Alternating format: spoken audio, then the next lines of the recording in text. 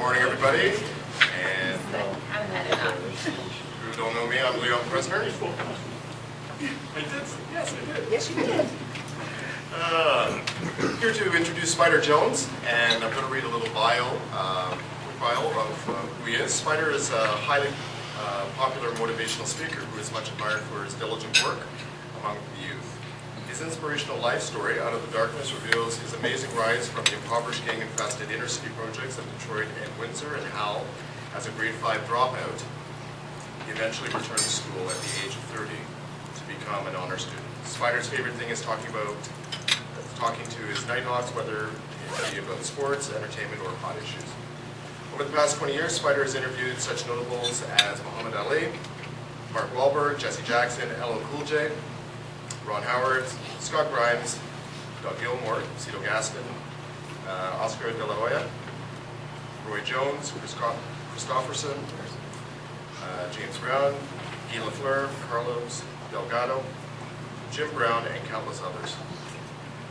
Among his other claims to fame was to act as a sparring partner for boxing legends as George Chuvalo, former world heavyweight champion Jimmy Ellis. Spider was also a member of Muhammad Ali's training camp back in the days when the greatest fought Chuvalo. Spider Jones also has a foundation called Believe to Achieve, and that information can be found at www.believetoachieve.ca. He's here to speak about himself and the Achieve to Believe Foundation in respect to setting up a at-risk youth facility in the AGS Pickering, Durham area. So without further ado,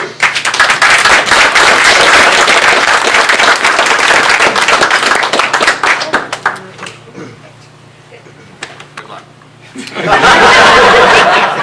Tough crowd, guys. It's a tough crowd. From the inner city.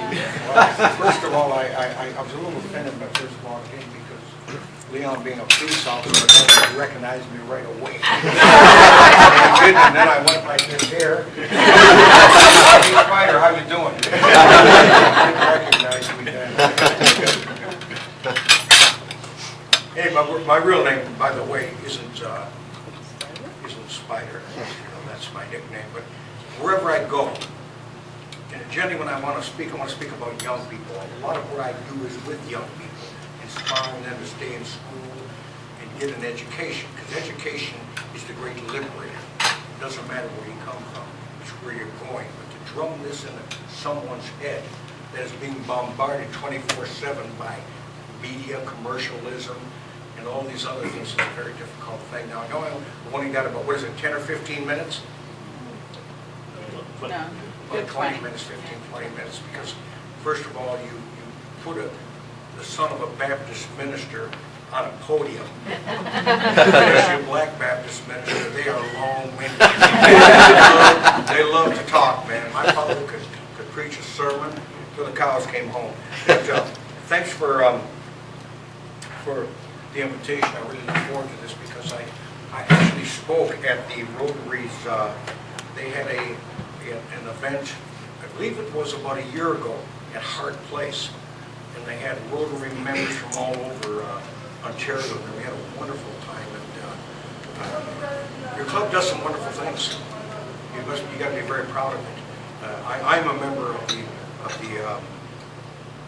another club. Shall I give the name of it?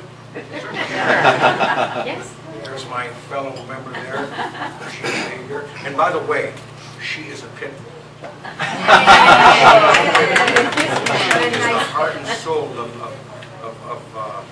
the Lions Club, Durham region. She does so much, and I'm delighted to be a member of that. Are we allowed to join other clubs? Or Anyway, let me tell you a bit about myself, and then I want to tell you what I'm doing, and I'm very proud to be doing. I believe, and it happened about 1993, when I was going coast to coast on the Fan 590. I became the first member of the Fan, even before Bob McCowan. He's making all the money, of course. But I began going coast to coast. You know, it's funny how it happened because a guy named Stormin' Norman. Anybody ever hear of Stormin' Norman? Yeah. Well, Storm and Norman was going coast to coast on the WIC network. And that was part of, the Fan 590 was one of their stations. And, you know, he loved the Toronto Maple Leafs. And that's all he talked about. So now, people are listening in Calgary and Winnipeg then had the Winnipeg Jets. They don't want to hear all about Wendell Clark or Ty Domi. They have their own players in their own cities. So a couple of the larger sponsors got together and they fired him. So I got a call in the next day from Nelson Millman, who was the station manager, and he asked me if I wanted to do the all-night show, which meant from 12 to 5 o'clock. So that's 5 hours when most people are sleeping. But if there's a position in radio that is popular outside of the drive-in and drive-home, it's the all-night man, because you can say what you want and get away with it. and so I loved it. And you know who my producer was back then? A young man. And you know who he is when I'll bring his name up in a second. This kid came to us straight out of college. He graduated from Humber, and he couldn't buy a job in the industry. He was bright, he was articulate, and he had so much more knowledge in sports than I did. Like, I knew about boxing, hockey, I knew some NBA, but I was very short in the NFL and other things. And they wouldn't hire him because his hair was long, he had a ring here, he had a ring here, he had rings here. I mean, his face was all blinged out. Nobody did hire him, but I hired him because I had a chance to talk with him a couple times, and I thought, this guy is intelligent. He could really make me look good. That's what producers do. What you hear on the radio and you see on television, you don't see the people behind them that make them what they are. This young man was helping me. And anyway, his name is George Strombolopoulos. And I'm glad to say he was one of my proteges. I have more. Another guy by the name of Jeff Merrick, Elliot Friedman. All these kids are working well now for Hockey Night in Canada. But being in radio became my dream. It was a dream that I had from the time I was 10 years old. Even then I knew what I wanted. At 10 years old I knew what I wanted to be. I wanted to be a radio broadcaster. One afternoon my cousin Sonny, when I was 10, Sonny was 18 years old. Sonny was my idol. He was my big cousin, my mother's sister's son. And Sonny always dressed sharp. Kind of like you know, he'd like to wear this shirt. Sonny wore his pants up to here. That's how they dressed back then. In Detroit, they wear their pants up to here, and Sonny would wear a shirt so he showing the hairs on his chest. Sonny would walk in a room, his hair was all slicked back. My hair's on a diet. And Sonny didn't walk in a room. You could see Sonny coming. Sonny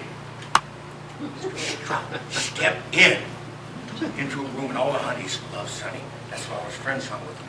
Sonny took me to the Fox Theater one night in Detroit. One afternoon, they had teen afternoon. Anybody been to Detroit here? Oh yeah. Got back alive, that's cool. Well, you know in Detroit, the Fox Theater's an icon. It's like the Apollo.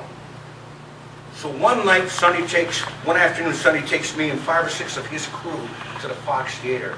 Now, I didn't know this crew was a gang. I didn't know anything about that. I was 10 years old. All I knew was these dudes all dressed sharp, had a pocket full of money, latest style clothes. I didn't understand what they were doing, but I know one thing. We were 4 rows in from the stage. That happened, I found out years later, was because they would make deals back then. You've got an event going on. You got Detroit. You remember Detroit in the 60s? Murder City, USA, 782 murders. I mean, the gangs were running the city. They probably still are, but just now they're living there in City Hall. Hey, look at them. Wait a minute, their last mayor went to jail. I mean, he's in trouble. Martha Reeves, they're all in trouble up there. They make Toronto look like a Sunday school. I mean, you talk about being in big trouble. The mayor's got nothing, Rob Ford's got nothing on them up there. Because I didn't know that then, so I'm sitting there watching all these kids around me. I mean, the balconies are just full of kids, place is jammed. They introduced this guy, and this is what he hit me. He comes on this huge stage, and you probably know who he was. Some of you will, some of you won't. Ladies and gentlemen, James Brown. Nope. Here's your host for tonight, from what is it, ABC, out of New York, the great Alan Freed. Anybody heard Alan Freed? Oh, yeah. Let me tell you something about Alan Freed. Alan Freed was a little guy from Cleveland, Ohio. Little white guy who introduced race music, as they called it back then, soul music. He introduced it to mainstream. He did something that Dick Clark or nobody had the courage to do. He took black kids, white kids, Asian kids, and put them all together. And he brought in all these groups, and I watched him introduce all these great groups. And I was saying, wow, that's what I'm going to be when I grow up. I'm going to be in radio. I'm going to introduce all these people. I'm going to do what Alan Freed did. So we're on the way home after. We're walking up Woodward Avenue and we're stepping. Back then he used to do like this. That's how they walk back then. You see them. Today the kids walk like this. They got their pants down. It'd be you ever see them?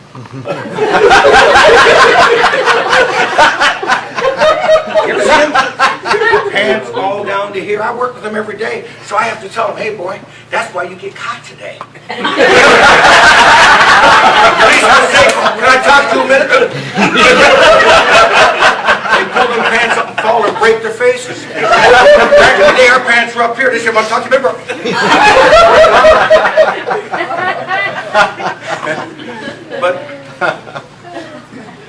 So I knew that. So here's the point. 10 years old, I knew what I wanted. It was in my heart. It was there. It was seared in. How old do you think I was when I got my first gig in radio? Anybody want to take a guess? Don't say nothing. You know. Anybody want to take a guess? 16. So you got faith in me. I like that. How old do you think I was? 40. Right on the money. 40 years old. It took me 30 years to get there. I work with kids today who have the same problem I had back then. They have no game plan. They have no encouragement. They don't know how to get there. They need people to show them how to get there. Kids I work with today, at Jane and Finch and through that corridor, I have a drop-in center called the Spider's Web Drop-In Center. It's on Chalk Farms. It's in the middle of low-income housing. I have about 50 to 60 kids that come into my center every night now. And these kids are from 8 to 15. It's crime prevention with us now. We still work with adult criminals or young men, but we want to get these kids before the streets get them, before they're seduced by gang members. See, it's a different world down there. And I think people have to be educated to say, oh, these kids are just bad kids. No, no kid's born bad. They evolve through association or through being seduced. Every kid wants the same thing, whether they're from Rosedale, Post Road, or if they're from wherever they're from, low-income area. They all see the same things on television. And what commercialism does is it tells these kids, this is what you got to wear to be cool. This is how you got to act to be cool. This is what we're up against.